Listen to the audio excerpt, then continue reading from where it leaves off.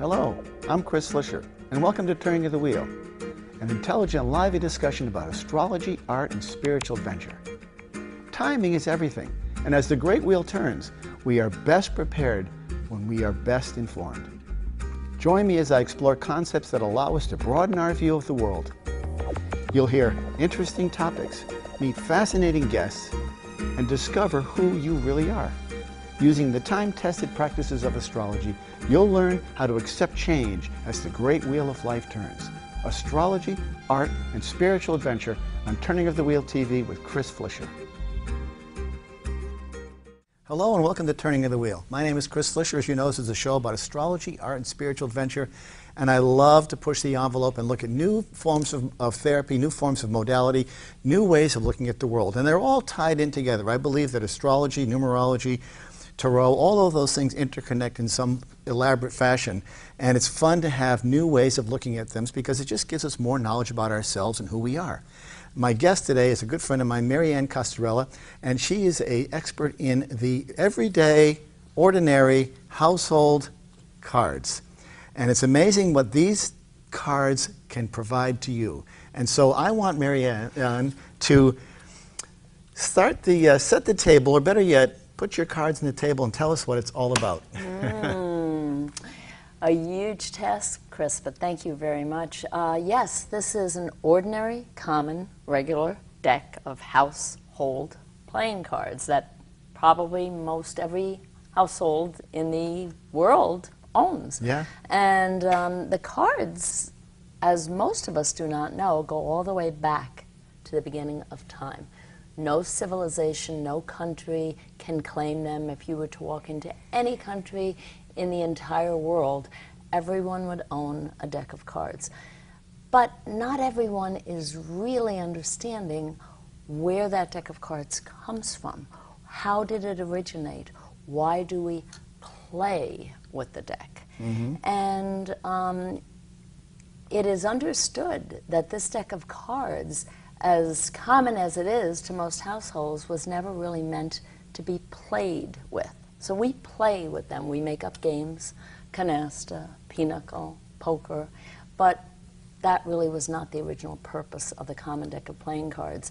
So the Greeks, the Romans, the high priests and priestesses that go all the way back to the beginning of time, that walked the streets with Plato and Aristotle, all taught about this common deck of playing cards. And the cards are connected to each of our birthdays. So the calendar, the chronological calendar that we know of as January 1st through December 31st, 365 days, each one of those days is connected to one of the 52 playing cards, because the playing cards were originally meant to define our spiritual natures. So who are we on the inside? So much like an astrology chart, they're cast for a certain date and place and time, but with 52 cards, does one card represent a whole week?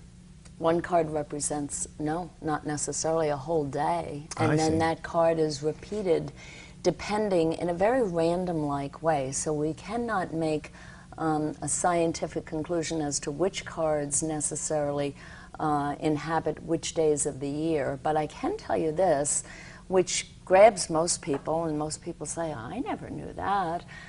There are 52 weeks in our, what we understand to be our year. Absolutely, yeah. Right? There are 52 cards in this common deck of playing cards. There are 4 seasons in our year: spring, summer, winter, and fall. There are 4 suits. Exactly, okay? right, yeah. Hearts, clubs, diamonds, and spades. There are 4 elements in astrology. Astrology, yeah. Earth, wind, fire, and air. Yep. There are 4 weeks in each one of our weeks in the 52-week calendar of the year. And if you add the numerical value of every single card in the deck together. So so 8, 9, 10. Right, times 4, because obviously there's 4 So suits. 1 through 10. 1 through 10, right, times 4, right? Then Jack, Queen, and King times 4. Jack is given the numerical value of 11. Okay. Okay, because the 10, then the Jack, which is 11, the Queen, which is 12, and the King, which is 13. So if I multiply 4 for 4 suits times each one of those cards, I arrive at 365. Okay, 365, an odd number. 365. Interesting. Yeah, I mean, and a number that correlates with the chronology of what we know to be our year. But yeah, and it's interesting because the wheel is 360 degrees, which is indicative of the geometry of the universe. yes, And so the cards, when you add them all up numerically, so you're talking about adding all the 1s, the 2s, the 3s, all the way through the whole deck of times 4. that's right. That comes up with 365. Yes, it does. And so each card is assigned to a birth date or date. That's right. Wow, interesting. Absolutely. Now, is there a pattern across the cards that aligns them with the elements, for example? Or is there no connection that way? Is no it pretty connection. random? Pretty random. I mean, I would venture to say not spiritually random, so that whoever devised our way of understanding the cards as almost, I would call them the architectural blueprint of life. So we don't understand necessarily why certain cards are connected with certain birthdays. Oh, interesting. Why different cards have, you know, more birthdays, or why some birthdays are connected to less cards. It's one of those mysteries, I guess, of this. But do you find a commonality between the, let's put it, if you're within a suit, do you find a certain characteristic that's attributed to the suit? Oh, very definitely. So, what are the suits? Why don't you describe that for us?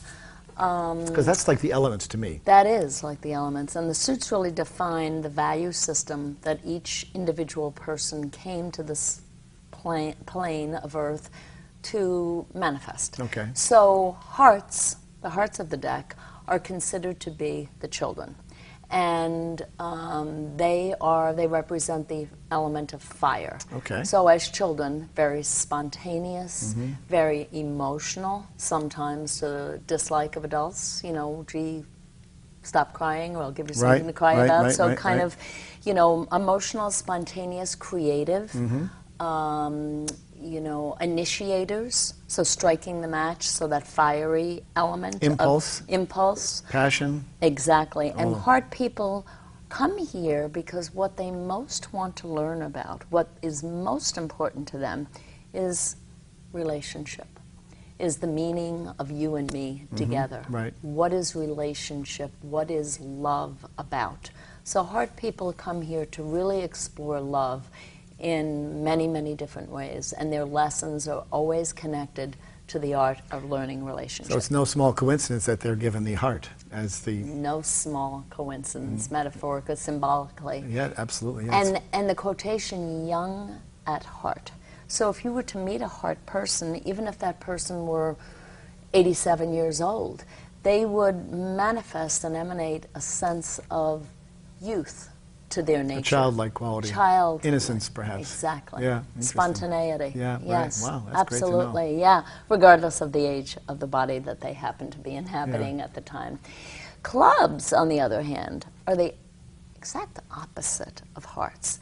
Clubs are more focused on the value of the mind, that which is housed in the head.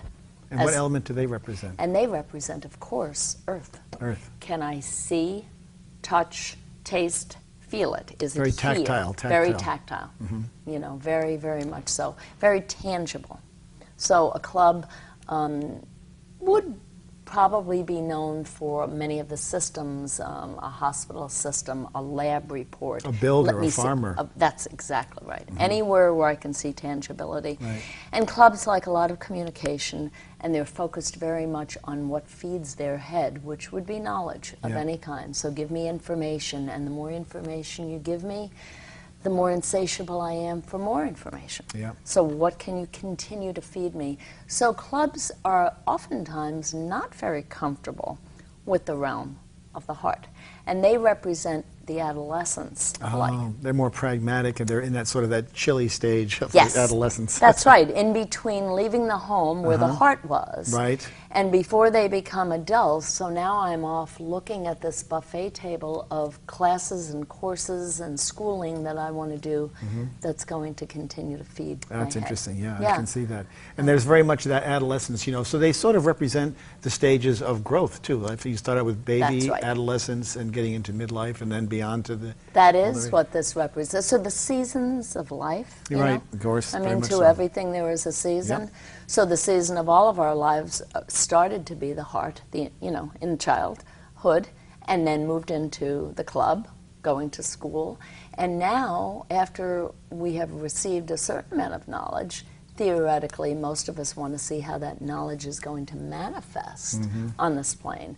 So show me the money. Hence the diamond suit, which represents the adults of the deck. So the diamonds are very focused on value. How can I be of value in my life? And then if I show you how I am of value to you, then you will show me the money, so to speak. And that's sort of when a person would reach their culmination of their career, so they'd be in a mode of earning money and providing at that point in time. Very true. And does that apply to the air? Yes, and that applies to the rationality of air. Yes, to that sense of now I'm adult, I'm manifesting a rational approach to my life. I have put all of my club-like knowledge and perhaps my heart-like leanings that I learned at the beginning of my into this value of diamond, which may be pursued in the area of, I don't know, engineering, teaching. What gives me value, and then in turn, how can I help the planet be of value? Well, certain people are also born with a certain predestination, I believe, of a propensity towards a certain characteristic. You know, some people are more scientifically oriented, some people are more artistically oriented. So that would speak to that. Very much so. Very much so.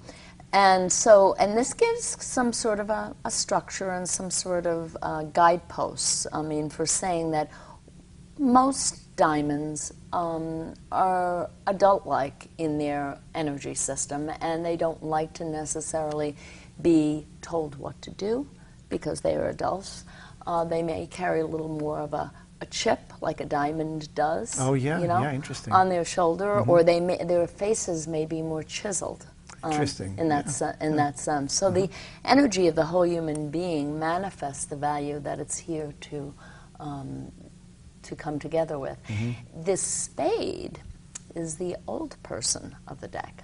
And spades They represent the final chapter? They do. Okay. The wise old sage? The wise old sage, that's right. The spade is called a spade. Oh, yeah, very good. Right? Yep. Or the grave digger's shovel, having that spade at the end of the shovel. Oh, yeah, very much Diggers so. for the truth.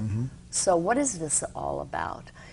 How can I make my work my lifestyle? How can I transform myself through the work that I do? Absolutely. You know, so these are big thinkers. These are people who are not, they've sort of experienced quite a bit. Even at birth, they probably come into the world with a huge sense of innate knowledge already about depth. So true.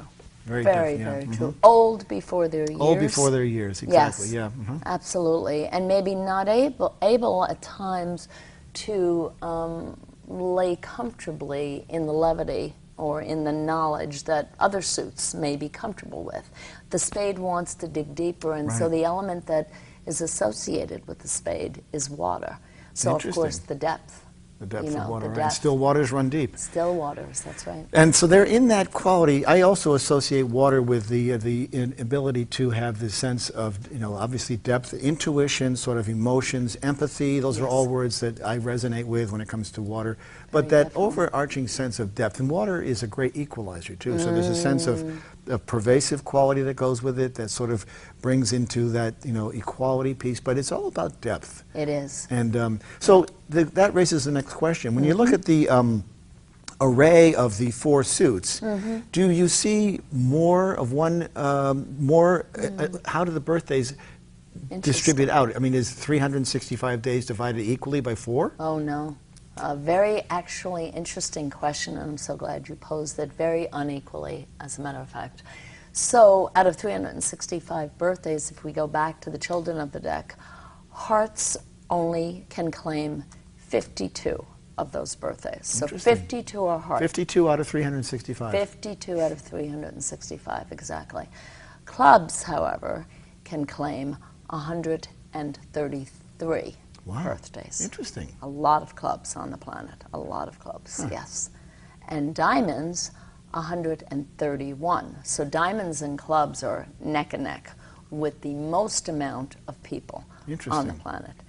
And then finally, spades, 49. So spades Wow. are the least amount. So it's really interesting. So there's not, you know, the average person would probably think of this as a deck of cards, 4 suits. We divide it by 4. Everybody's going to get, you know, a percentage of it, 80 something, whatever. Correct. Or whatever. 4 into 360 is what?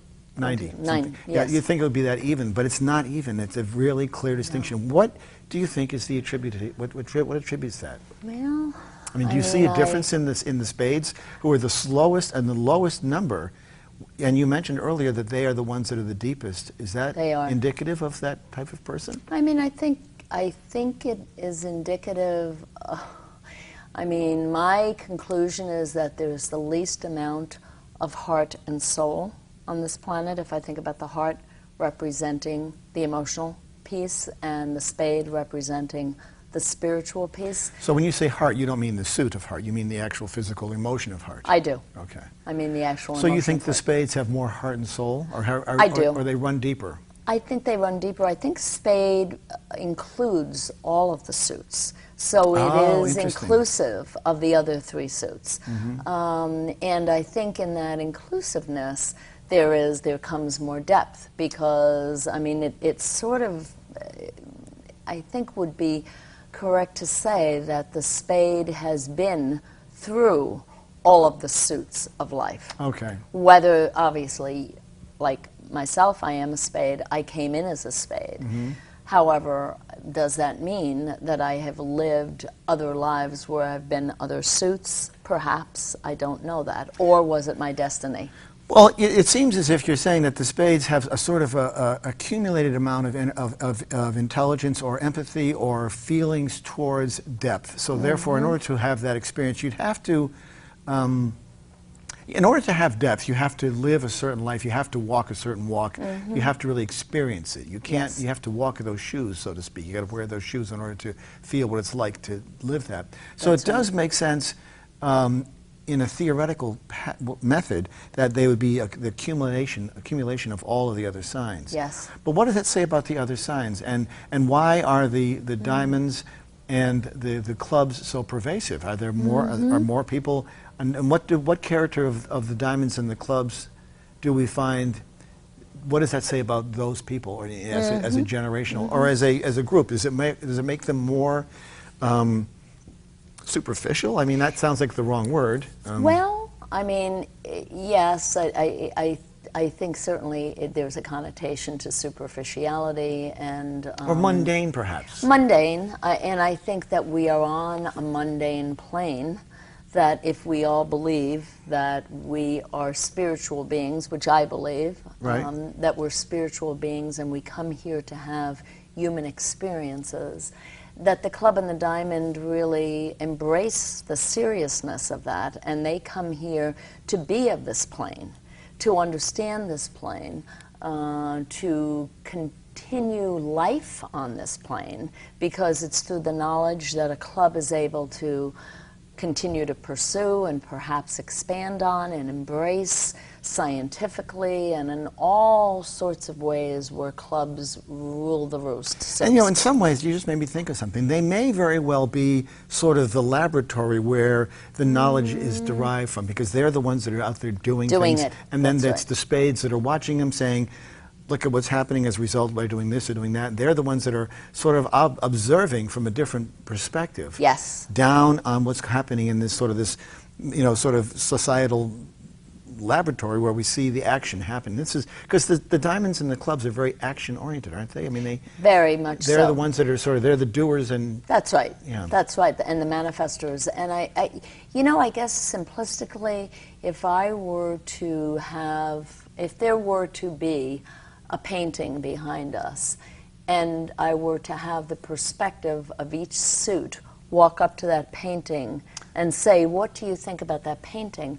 the heart would walk up to the painting and pose a question, something like, I wonder what the artist was feeling when he drew that picture. Oh, interesting. The club would enter and look at the picture and say, I wonder what the artist was thinking when he drew that picture. Difference. The diamond would say, I wonder how much that picture is worth. Or how it was made. Or how it was made. Yeah. And the spade would say, I wonder what the meaning what they're of trying that to picture, say. right, Wow. what they're trying to That say. works very nicely with the whole Myers-Briggs as well, the intuitive thinking, Yes. perceiving, judging Yes. quality of the. And have you ever thought about those and how they match up to the? I know that... I know you're a I'm psychologist. somewhat familiar with Myers-Briggs, but I've never really compared it to the deck of cards. Well, you made me think of that because I think of the, Carl Jung, you mentioned, his whole perspective of how he lays out the sort of his composite relationship of the elements to the emotions Yes. and the characteristics of the individual, much the way you described the suits, have a real symbiotic relationship. There's a real correlation between someone who's intuitive and how they look at a painting, for example. That's right. Yeah. Absolutely. Yes, there very, very much is. And Carl Jung, I mean, when I think of him, and he certainly owns a special place in my orientation of how I think about psychology. As we all know, that the word psychology simply means study of the psyche. However, if one goes to Webster's dictionary and looks up the word psyche, they find that it is a Greek word meaning soul. And so what we're speaking about here, whether it be in the language of astrology or the language of the cards or numerology, numerology, nomen est omen. The name is the destiny. Oh, the destiny, yeah. And so if we think about all of that, what are we studying? We are studying the soul. And originally that was the way to understand human nature, human behavior. And so I think the suits and the cards are a very structurally organized esoteric system that help us to understand ourselves better from the inside out. So when we think about the common sayings such as, oh, it wasn't in his cards. Right. Or it must have been in her cards. Or let me put my cards on the table.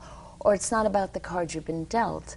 It's how you play the hand. Or all those aphorisms fit right in. Aphorisms. Yeah. He's such a card. Or now the new television program, House of Cards. Right, exactly. And how fragile that is.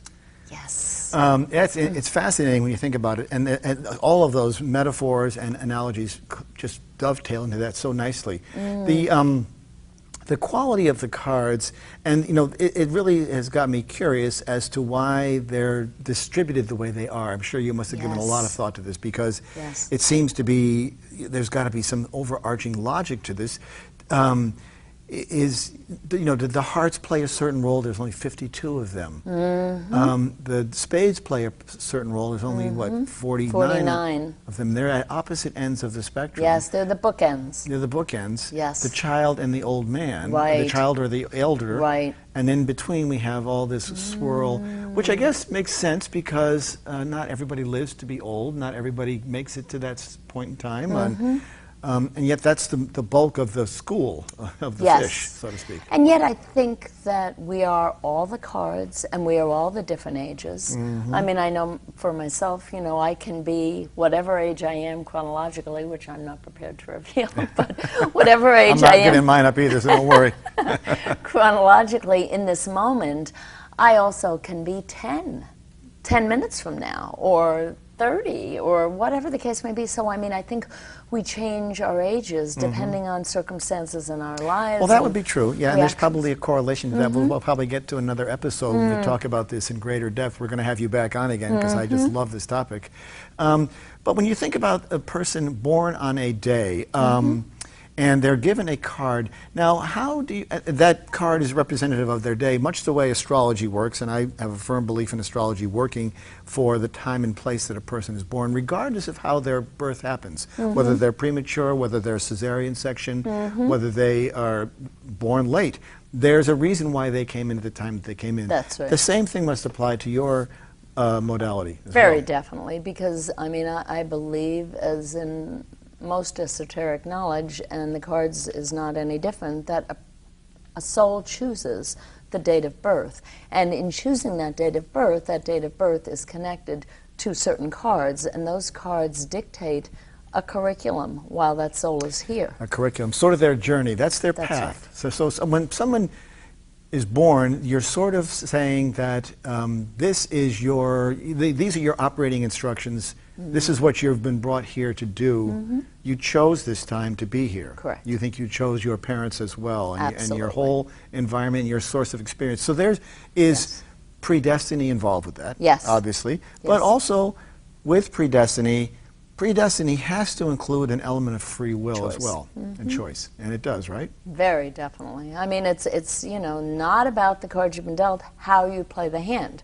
So I may have been dealt certain cards for each year of my curriculum on it. So every year is a different chapter, and you get different cards. And those cards, I can play them. You and I may have the same birthday, but you may play those same cards completely differently than I do. Right, right. I see what you're saying. Yeah. Because, you know, I was talking with someone the other day about the idea of, you know, circumstances and having the same birthday as somebody very well known, and like, why didn't the same thing happen to me because they were born the same day? Yes. It's not so much about that. That's when free will comes in, circumstance, time, place, all those other elements enter into the situation as well. Very definitely.